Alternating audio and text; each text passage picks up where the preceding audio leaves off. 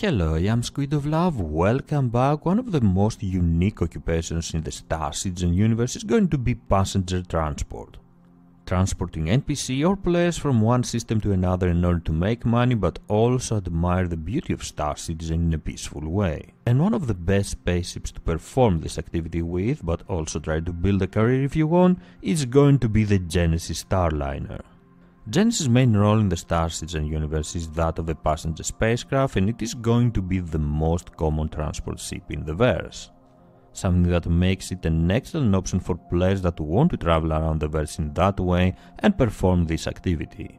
It may sound similar to the 890 jump, but it is more suited to passenger transport activity and has a long-range travel in mind.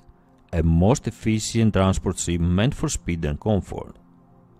Genesis has a maximum crew of 8 persons and can carry up to 40 passengers. Its length is at 85 meters and its cargo capacity is calculated at 403 units, not counting the passengers area. What makes this ship truly fascinating is the high level of modularity it has, since it will be possible to change the interior entirely and perform a number of different activities. Strictly talking about passenger transport, there are several configurations, and we can have a luxury, mid-range, or an essential model depending on our goals and what we want to achieve. There are also 4 classes of comfort: coach, business class, first class, and luxury class, and ships can support 1 or 2 of these mostly. So we can understand that there are plenty of combinations we can experiment with, there are plenty of options for us in order to create a Genesis that will fit our playstyle the most, and of course that can carry the passengers that we really want aboard our vessel. We could modify our Genesis in order to have fewer passengers, VIP, with a lot more services offered to them, like a luxury spacecraft with lounges and personal quarters, or having more passenger seats but not as comfortable, or even go for more cargo areas. We can pretty much do whatever we want, modify our Genesis in any way we like, depending on our business plan and how we believe we are going to make the most money in the verse. And the upgrading options don't stop there. It is not only the internal areas that we can change, but also the capabilities of the ship itself. We can choose more fuel-efficient engines, larger fuel tanks, additional storage space for consumables, and spare parts. We will also have the possibility to hire NPC as flight attendants to take care of our passengers in order to provide them with a much better experience, something that is going to be very important for our reputation in this activity. We should also mention here that the first Genesis model that we will see in the Star Citizen universe, and the one that has been available for purchase until now, is the mid-range model that can carry up to 40 passengers and have a maximum crew of 8 persons. With all these upgrading options, we can turn our Genesis into pretty much everything we like, not only for passenger transport, but for other activities as well.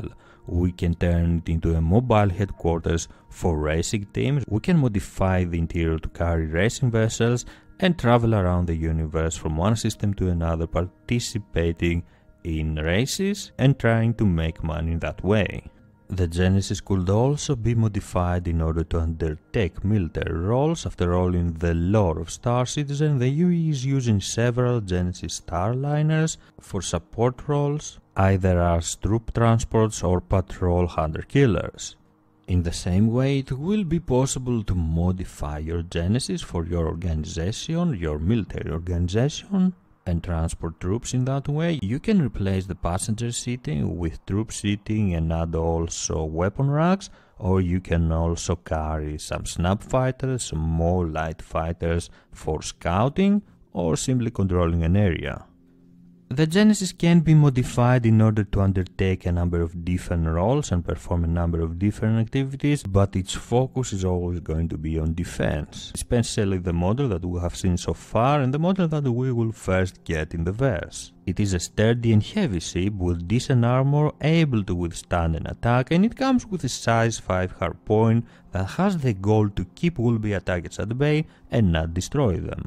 Later, obviously, it will be possible to change the weapon for something stronger, add the good gunner NPC or player, plus some extra defensive modules, and try to increase your survivability, but defense is going to always be the goal of the Genesis Starliner.